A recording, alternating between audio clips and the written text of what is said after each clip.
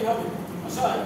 British সাহেবরা আমাদের এমন একটা জিনিস শিখে গেছে, মানুষ করে অবশ্যই আপনারা সেই অভ্যাস সে আর বলতে এখন ডেপুটি ম্যাজিস্ট্রেট কমিউনিস্ট সেক্রেটারি এসে নেই, নিশ্চিন্ত হওয়া না।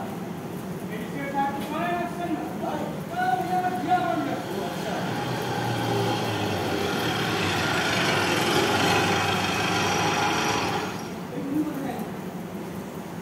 Morning sir. Morning morning. আপনার জন্যই ওয়েট করছিলাম, কোনো টেনশন নেবেন না, সব অ্যারেঞ্জমেন্ট করে দেবো। হ্যাঁ আসুন কি এসে ঢুকুন, আপনাদের থেকে সবটা বুঝে নিতে হবে। ঠিক আছে, আসুন। হ্যাঁ, আলাপ করি। ইনি হলেন সিভিল সার্ভেন্ট ডক্টর প্রামাণিক। নমস্কার। হ্যাঁ নমস্কার। তা আপনাদের এখানে প্রিজনার কতজন?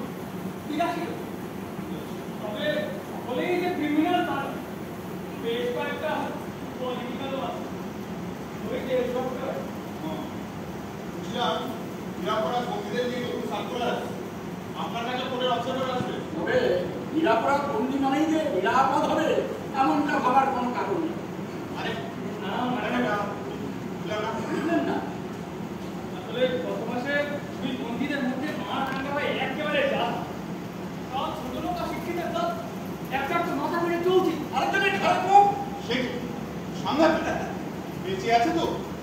সেটা তো বেঁচে গেছে।